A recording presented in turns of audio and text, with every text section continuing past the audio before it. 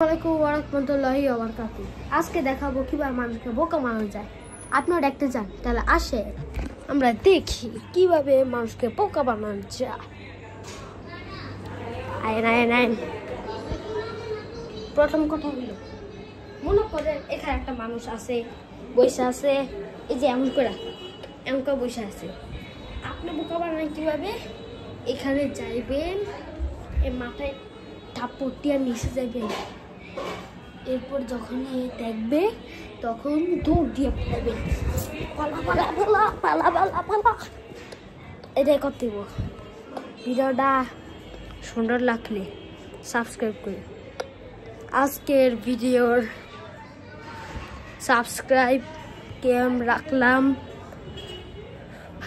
কত 10টা সাবস্ক্রাইব। আর লাইভের কথা বলি তাইলে